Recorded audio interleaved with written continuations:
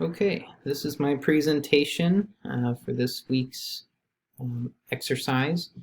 It is trust and its important, and I'm sorry, trust and its impact on project management. Now I'll go to the next slide here. I think this will be the agenda. Yes, so this is the agenda. Why trust is important, types of trust, establishing trust, promoting openness and trust, and closing thoughts. Go to the next slide here. And I'll keep this slide pretty brief because I expand on this in the following slides to come. But why trust is important. It allows you to focus on what you need to do without worrying about your security or safety. Trust enables people to rely on others. And then the following slides will kind of expand into the hows and the whys of that. But first, I want to talk about the types of trust. There are two that the material talks about. They're the affective and cognitive trust. So the affective trust is based on emotional closeness, empathy, or friendship. Examples of that I think of when you kind of bring your personal life into your work life in a good way, and only positive things such as, the material also references things that aren't possible, positive, maybe some bad news, maybe a medical thing or someone's in the hospital or things of that nature. Or things like you got a new car, your dog, your daughter's dance recital. Things like that is what I think of, and what the affective trust category kind of means to me, and what I took from it when reading about it. Whereas the cognitive is the feeling of comfort, confidence towards someone based on their skills, reliability, comprised of consistency and transparency. So how I interpret that, and I'll go into examples too that I think relate, is when you hear people say that I like so-and-so because I like so-and-so more personally than someone to work with. And or you'll hear them say, I like them as a person, but I don't like them as a coworker per se.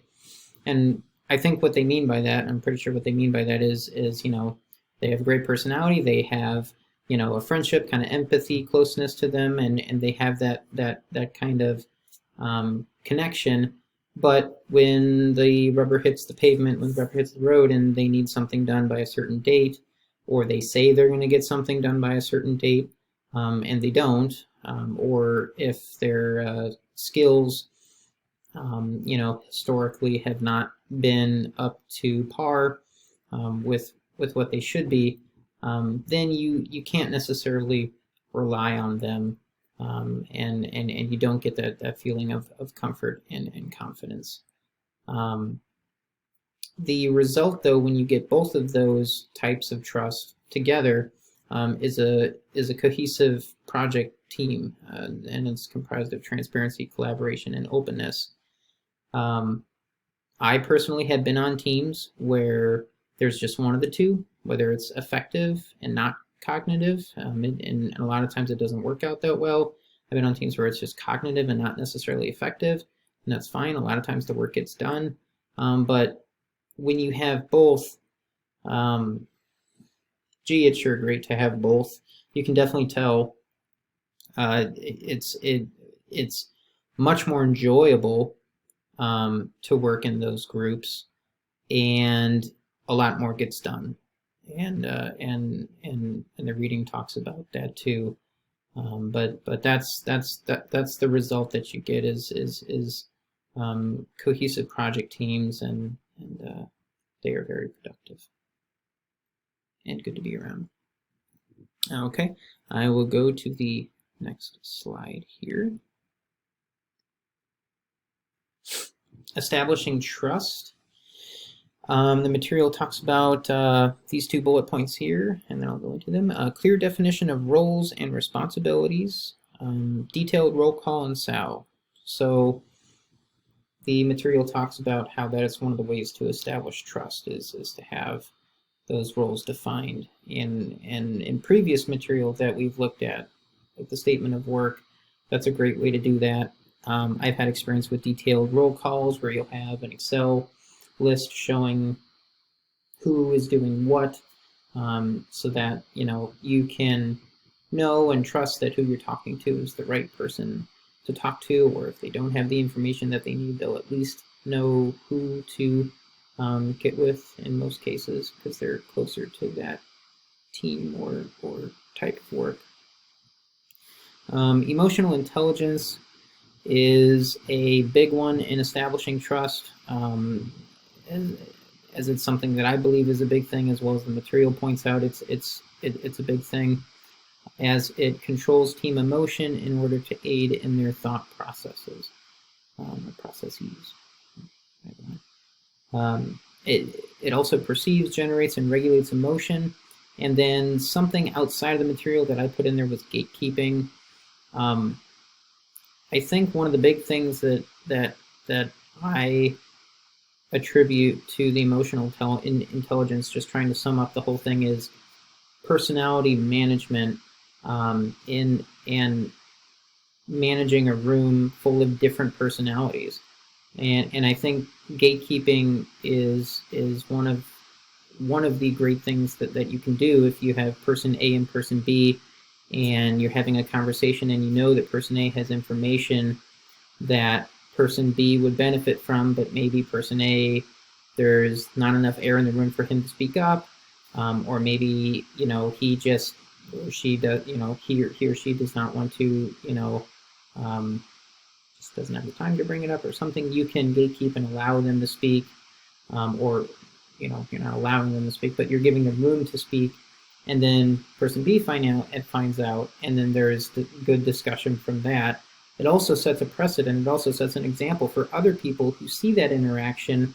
It lets them know, oh, it's okay to bring things up that are on our mind, as opposed to maybe sitting on them and not bringing them up, and let whatever conversation is in motion stay in motion. So I think that's a great thing. Yeah, perceiving, generating, and regulating emotion. That's a lot of, I think there's a lot of times in work environments, things can get escalated, things can get high pressure, high stress environment, and then sometimes the opposite.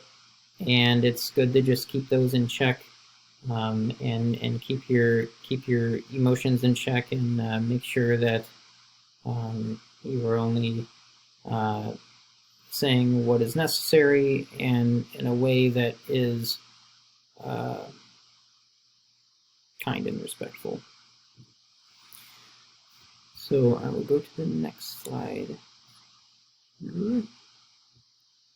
Promoting openness and trust. So this is a similar slide to the last slide. I just called it a little bit differently, promoting openness and trust. And a lot of this slide has information derived from Carolyn Taylor's SoundCloud. Yes, SoundCloud.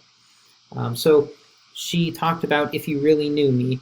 That was, I put that under the category of icebreaker, just because it sounds like something that would happen in an icebreaker when you're someone new on a team, or you are already on the team and someone else new is coming on board. That sure seems like it would be a great icebreaker, and a good way to increase trust and the feeling of it's okay to bring up XYZ. The next bullet down, bring up mistakes you've made, and show and part of that is showing vulnerability, bringing up mistakes that you made, asking for help, offering help, apologize for something that you said or did. Say to someone something you did wrong, and it makes it easier to correct something they did wrong. So I like that. I think it's a tool. It's a tool that I'm trying to get better at, that I've used in the past, where a lot of times you need to find a way to let someone know that they're doing something wrong, and you need to do it in a way that doesn't really pack a punch to it. Find a polite way to get the message across. And a great way that I'm trying to get better at doing is by doing just as what I have written there, is while you're talking to that person,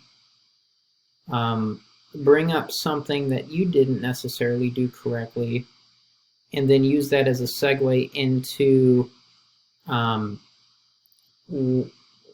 what they aren't necessarily doing correctly. And the only way to do it and make it feel organic as opposed to forced is make sure the topic that you're talking about that you're doing wrong is somewhat related to the topic that they're doing wrong. So let's say there's a software that both of you use, and gee, this software is sure difficult, and but I really need you to be doing something this way in the software. You know, you could start out by saying, oh yeah, that software, I struggle with this and that, and you know, and I think on these days when you try and do this, it does that, and you know, so that you can kind of come together with a problem or mistakes that you have. You know, if it works out that way, it doesn't necessarily always work out that way. But if it does, this is a tool that I like to use. I just think it's something that is great to have, and not necessarily a lot of people know that they're using it, but use it, or don't know that it exists, and for that reason don't use it. All right, I will go to the next slide here. Closing thoughts. So I got some notes here. Closing thoughts. Okay. So the biggest thing that I can take away from this is the bit on emotional intelligence, as well as the managing personalities. I think those are some of the two big pieces that I can take away with trust. And then also, if you say you're going to do something, do it. I think that's just such a big part of trust. And the material covers that as well. Not using those words explicitly, but just by saying, you know, reliability, skill, things of that nature. That all goes into being able to do what you say you can do.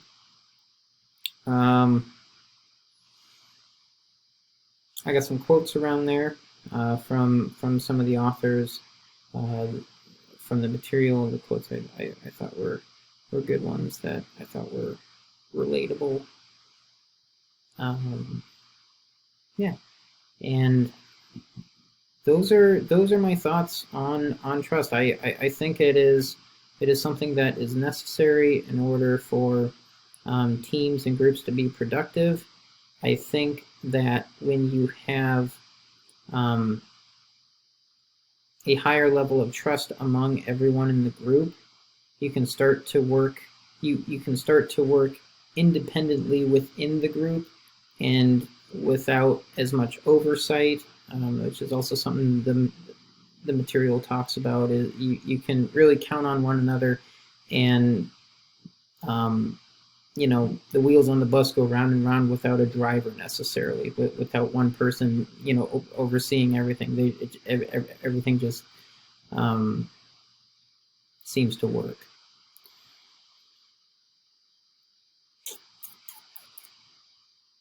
Yeah, that is all I have on trust. I really enjoyed this week's material, and I look forward to the next week's material.